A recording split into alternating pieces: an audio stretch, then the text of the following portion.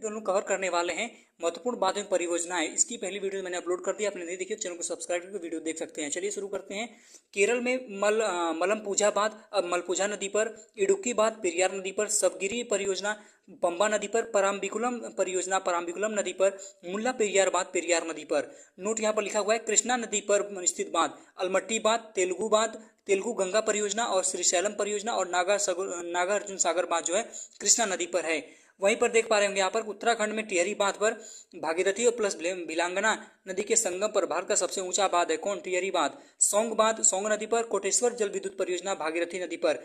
आंध्र प्रदेश में नागार्जुन सागर बांध कृष्णा नदी, पोलावरम सिंचाई परियोजना गोदावरी नदी। बाकी आंध्र प्रदेश से जुड़ी परियोजनाएं यहाँ पर हैं।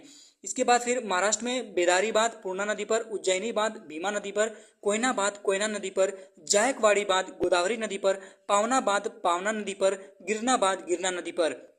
मध्य प्रदेश में गांधी सागर बांध चंबल नदी पर, संजय सरोवर परियोजना वेनगंगा नदी पर, बरगी बांध नर्मदा नदी पर, बाण सागर बांध सोन नदी पर। वहीं चंबल नदी पर स्थित बांध जवाहर सागर बांध राजस्थान में, राणा प्रताप सागर बांध राजस्थान में और गांधी सागर बांध मध्य प्रदेश में। ये तीनों जो हैं चंबल नदी पर हैं।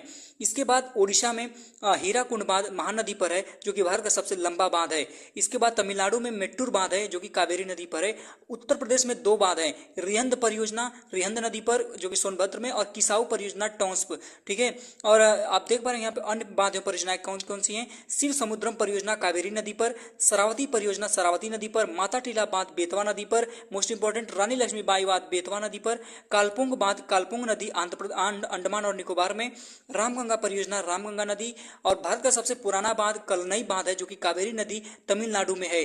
तीन परियोजना को रणजीत सागर बांध के नाम से भी जाना जाता है।